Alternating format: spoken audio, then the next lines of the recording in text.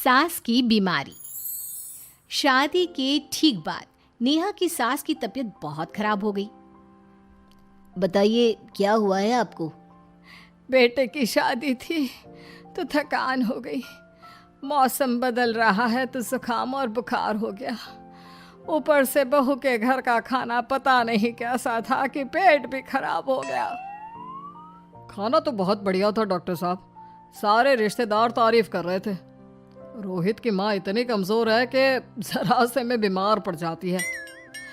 Doctor साहब आप सारी जांच करके देखिए, मुझे ऐसी क्या बीमारी है कि मेरी तबीयत ठीक ही नहीं रहती।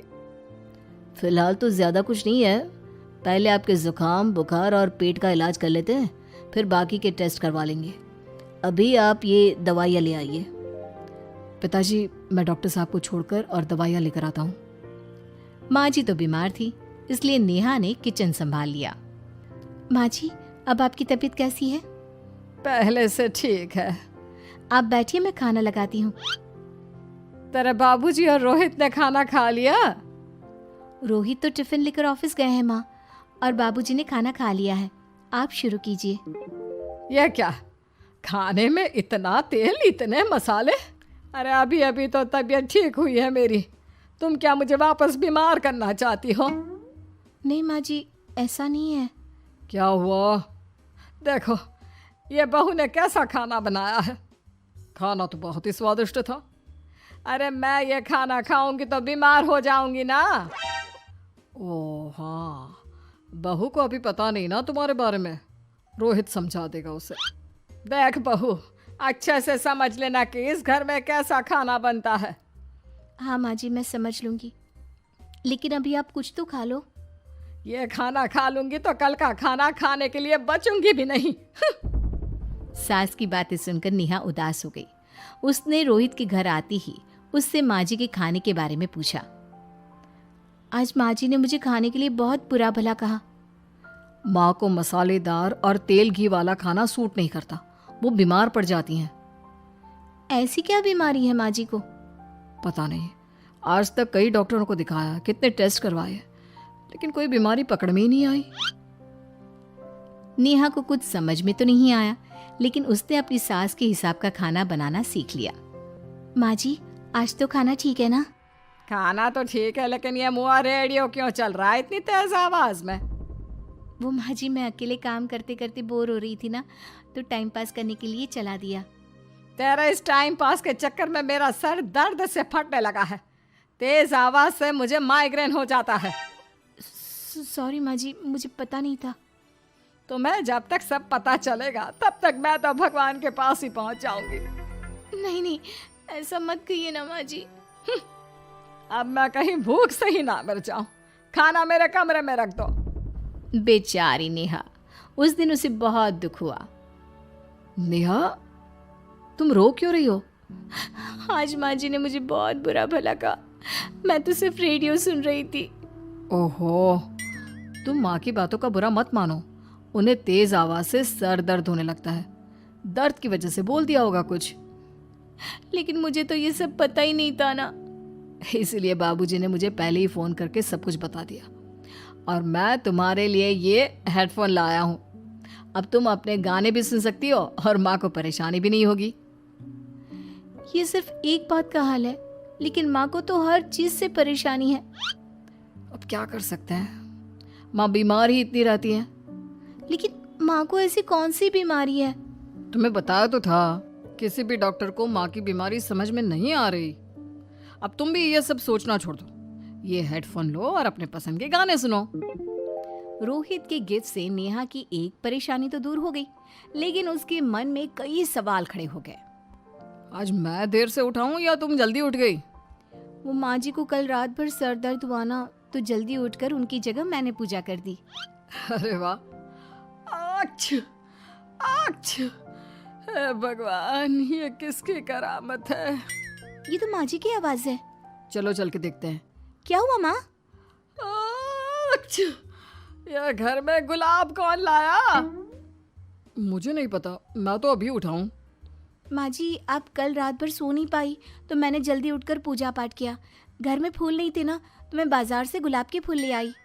नेहा, माँ को गुलाब के फूल की एलर्जी है। अब मुझे ये कैसे पता होगा? अच्छा, तुझे कुछ पता नहीं तो तू वही काम क्यों करती है जिससे मेरी तबीयत खराब हो जाए? रोहित के बाबूजी, ये बहू मेरी जान लेना चाहती है। माँ जी, मुझे ऐसा करके क्या मिलेगा? वो तो तुझे ही पता, लेकिन कुछ तो है। रोहित की माँ, बस करो। बेचारी बहू को कुछ पता ही नहीं है, बस इसलिए उससे गलती हो जाती है। जाओ तुम कमरे में। बहू, तुम रोहित की माँ का बुरा मत मानो। वो अपनी बीमारियों से इतनी परेशान है कि उल्टा सीधा बोल देती है। नहीं नहीं बाबूजी, मुझे बुरा नहीं लग रहा, मुझे चिंता हो रही है माँ जी की बीमारी की। ये बताइए कि माँ जी को ऐसी प्रॉब्लम्स कब से होने लगी? शादी के 6-7 महीने बाद से। बाबूजी, तब घर का माहौल कैसा था? अरे भरा पूरा परिवार था। मेरे बाबूजी, माँ, काका, काकी, मेरे दोनों बड़े भाई, दोनों भाभियाँ, दोनों के 2-2 बच्चे हैं, एक छोटा भाई और एक बहन। सब साथ रहते थे।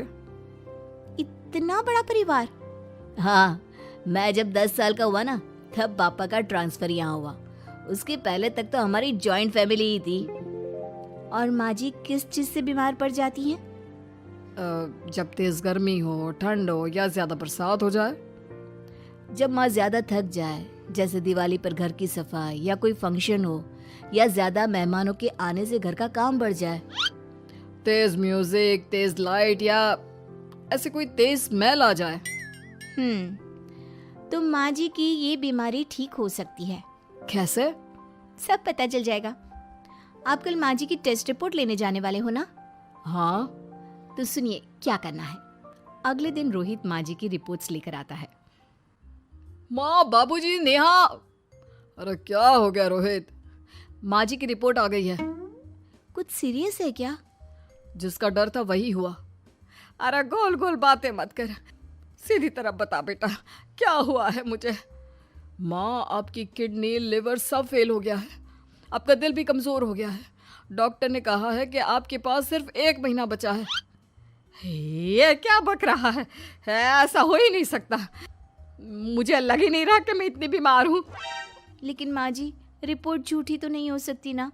हाँ, माँ को 20 साल की उम्र से बीमारी लग गई थी, लेकिन कोई डॉक्टर पकड़ नहीं पाया और अब ये बीमारियां बहुत ज़्यादा बढ़ गई हैं।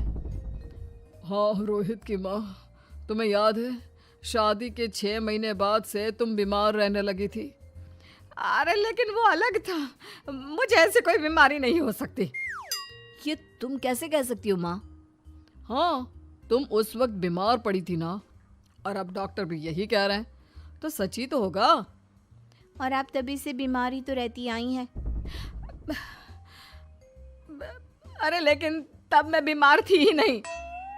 क्या मतलब? अरे तब मैं बीमारी का नाटक करती थी, मुझे कुछ नहीं हुआ था। ये क्या बोल रही हो? हाँ, घर में इतने सारे लोग थे और सबसे छोटी बहू मैं थी, तो सारा काम मुझे करना पड़ता, इसलिए काम से बचने के लिए मैं नाटक करने लगी। लेकिन आपको अभी भी वही बीमारियां होती है ना माँ? हाँ, अगर नाटक था तो ये प्रॉब्लम तुम्हें अभी क्यों होती है? इसका जवाब मैं देती हूँ। माँ जी कई महीनों तक नाटक करती रही, इसलिए इनके दिमाग ने धीरे धीरे इस झूठ को सच मान लिया और इनका दिमाग उन बीमारियों का एहसास कराने लगा।